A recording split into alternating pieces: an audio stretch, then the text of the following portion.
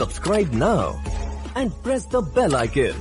Never miss an update. Hello दोस्तों, मैं आपका डेयरी फार्मर दोस्त मधुसूदन हाजिर है फिर से नई और सही जानकारी के साथ। आज काफ़ी ठंड है और सुबह के बज रहे हैं इस वक्त लगभग 7:30 और आप पीछे धुंध देख सकते हैं। तो काफ़ी ठंड है और धुंध भी काफ़ी ज़्यादा है। तो आज का टॉपिक है हमारे वीडियो बनाने का कि नए युवा डेयरी फार्मर किस प्रकार से डेयरी फार्म कर सकते हैं, क्या उनको लोन लेकर डेयरी फार्म करना चाहिए, क्या लोन लेकर वो डेयरी फार्म कर सकते हैं और क्या डेयरी फार्म में लोन लेकर बड़ा डेयरी फार्म करना एक सही निर्णय है या नहीं।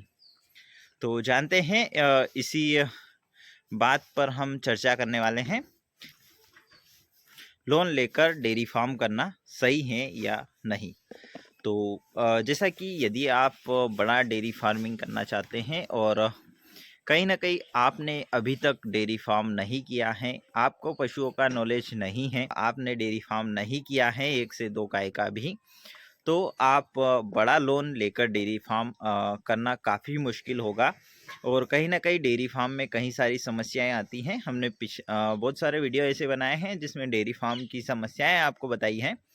तो जैसा कि यदि आप गवर्नमेंट स्कीम के तहत सब्सिडी को देखते हुए डेयरी फार्म करना चाहते हैं, जैसा कि अभी एक योजना चल रही है, आरजीएम एक योजना चल रही है जिसमें जो डेयरी फार्मर हैं उनको सब्सिडी दी जाती हैं। लगभग 4 करोड़ का प्रोजेक्ट है। 4 करोड़ में से 50% सब्सिडी आपको मिलती है, जिसमें 2 करोड़ सब्सिडी आपको मिलती हैं, 2 करोड़ आपका बैंक लोन रहता है, जिसमें आपको नस्ल सुधार पर काम करना होगा। नस्ल सुधार ही डेयरी का जो मेन मकसद है कि जो देसी गाय हैं, जो स्वदेशी गाय हैं, उनकी नस्ल को सुधार कर उनसे दूध का अच्छा प्रोडक्शन लिया जाए और भारत में स्वदेशी नस्लों का विकास करना ही उस प्रोजेक्ट का मकसद है।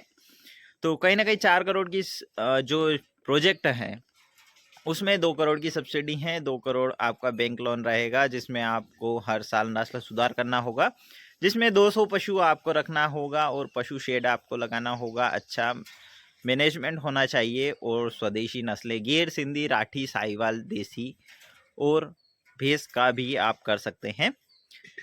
तो इसी प्रकार से आप डेयरी फार्म पर लोन ले सकते हैं। कई सारे ऐसे लोन हैं जिनमें किसी में 50% सब्सिडी है, किस में 25% सब्सिडी है। परंतु यदि आपने अभी तक डेयरी फार्म नहीं किया है तो यह लोन लेकर आपको डेयरी फार्म करने का यदि आपका मन है तो आप सबसे पहले 5 गाय से शुरुआत करें।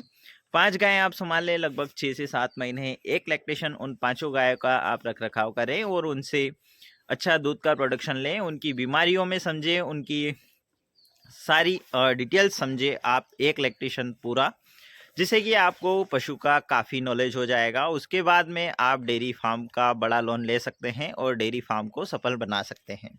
यदि आपने अभी तक एक भी गाय नहीं रखी हैं और आप डेयरी फार्म करना चाहते हैं, बड़ा लोन लेना चाहते हैं, यदि आप सब्सिडी के चक्कर में लोन लेना चाहते हैं तो बड़ा लोन लेकर 25 लाख, 30 लाख, 45 लाख या 2 करोड़ या 4 करोड़ का लोन लेकर डेयरी फार्मिंग करना चाहते हैं, यदि आपने एक भी गाय अभी तक नहीं रखी है तो काफ़ी मुश्किल होगा डेयरी फार्म करना, क्योंकि डेयरी फार्म में कई सारी ऐसी समस्याएं आती हैं। जैसा कि 10 गाय पर आपको एक लेबर की आवश्यकता होती है, जिसमें मशीनरी काम सारा होता है, पर फिर भी आपको एक लेबर की ज़रूर आवश्यकता होती है। तो कहीं ना कहीं ज़्यादा गाय के लिए आपको ज़्यादा लेबर की आवश्यकता होगी और लेबर की भी काफ़ी डेयरी फार्मिंग में समस्याएं हैं। और यदि आपको कुछ भी नॉलेज नहीं है तो बड़ा लोन लेकर डेयरी फार्म की शुरुआत नहीं करें। यदि आपका डेयरी फार्म छोटा है, 10-20 गाय का है और आप बड़ा लोन लेना चाहते हैं तो काफ़ी अच्छा व्यवसाय है और आप बड़ा लोन लेकर डेयरी फार्म कर सकते हैं। यदि आप लोन लेकर डेयरी फार्म को बड़ा करना चाहते हैं तो वो एक अच्छा निर्णय होगा आपके लिए। यदि आप डेयरी फार्म लोन लेकर शुरुआत करना चाहते हैं तो वो काफ़ी मुश्किल और जोखिम भरा काम होगा।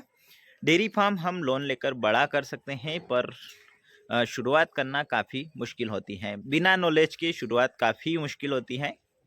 यदि आपने अभी तक डेयरी फार्म नहीं किया है तो डेयरी फार्म लोन लेकर करना काफ़ी मुश्किल है। फिर भी मेरा सजेशन यही रहेगा कि आप डेयरी फार्म की पूरी नॉलेज लें, उसके बाद में बड़ा लोन लेकर डेयरी फार्म करें। और कहीं न कहीं काफ़ी समस्याएँ आती हैं, जैसे पशुओं में जो मेन समस्या है, एचएफ गायों की समस्या आपको बता दूँ तो मास्टाइटिस इसका मेन समस्या है।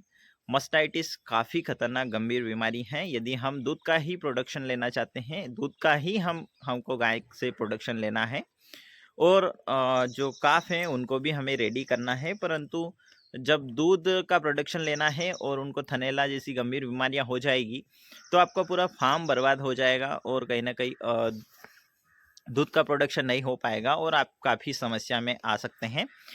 क्योंकि जो थनैला रोग है उसमें काफ़ी सारी गायों के थन से दूध आना बंद हो जाता है। थनैला रोग बहुत ही गंभीर बीमारी है, जिससे निजात पाने के लिए मैंने कुछ वीडियो बनाए हैं, तो आप देख सकते हैं हमारे चैनल पर। और थनैला रोग मेन समस्या है। उसके बाद में एक अच्छी नस्ल का चुनाव भी आपके लिए एक थोड़ा सा कठिनाई का काम होता है यदि आप नए फार्मर हैं। और गाय में एक और समस्या आती है, जैसा कि रेड वाटर जो होता है, गाय के यूरिन में यूरिन का रेड हो जाना रेड वाटर की समस्या है, जिसमें यदि आपकी गाय को रेड वाटर हो चुका है और आप 12 से 24 घंटे के अंदर उसका ध्यान नहीं रखते हैं, या 12 से 24 घंटे में आपको पता नहीं चलता है कि गाय को रेड वाटर हो चुका है, तो गाय एक्सपायर भी कर जाती हैं कई बार और गाय काफ़ी कमज़ोर हो जाती हैं और काफ़ी समस्याएं आ जाती हैं। और एक और समस्या है कि गाय का जो गाय ठहरती नहीं है, यानी गाय की एआई जब करवा देते हैं तो गाय बार बार रिपीट होती रहती है आपके फार्म पर, तो इसका भी आपको मैनेजमेंट काफ़ी रखना होता है। क्योंकि गाय रिपीट होने की कई सारी समस्याएं होती हैं, जैसे कि एआई के बाद ब्लड आते हैं बहुत सारी गायों के, तो वो भी एक समस्या ही है। और गाय का जो काविंग होती हैं उस समय हमें काफ़ी ध्यान रखना होता है। और यही 3-4 समस्या ऐसी हैं जो काफ़ी गंभीर है। गाय में रेड वाटर थनैला की समस्या है और गाय का जो एआई होती हैं उस टाइम गाय रिपीट होती रहती है। तो कई सारी ऐसी समस्याएं हैं जिनको पशुपालक को समझना होगा, उसके बाद में वो डेयरी फार्म आसानी से कर सकता है। क्योंकि डेयरी फार्म करना कोई आसान काम नहीं है, पर अगर ठान ले तो मुश्किल भी नहीं है। तो आप लोन लेकर डेयरी फार्म को बड़ा ज़रूर कर सकते हैं, पर लोन लेकर डेयरी फार्म की शुरुआत करना काफ़ी मुश्किल होगा आपके लिए। तो मेरा सजेशन यही है कि आप पहले परामर्श ले लें, उसी के बाद में एक बड़ा लोन लेकर बड़े डेयरी फार्म की नींव रखें।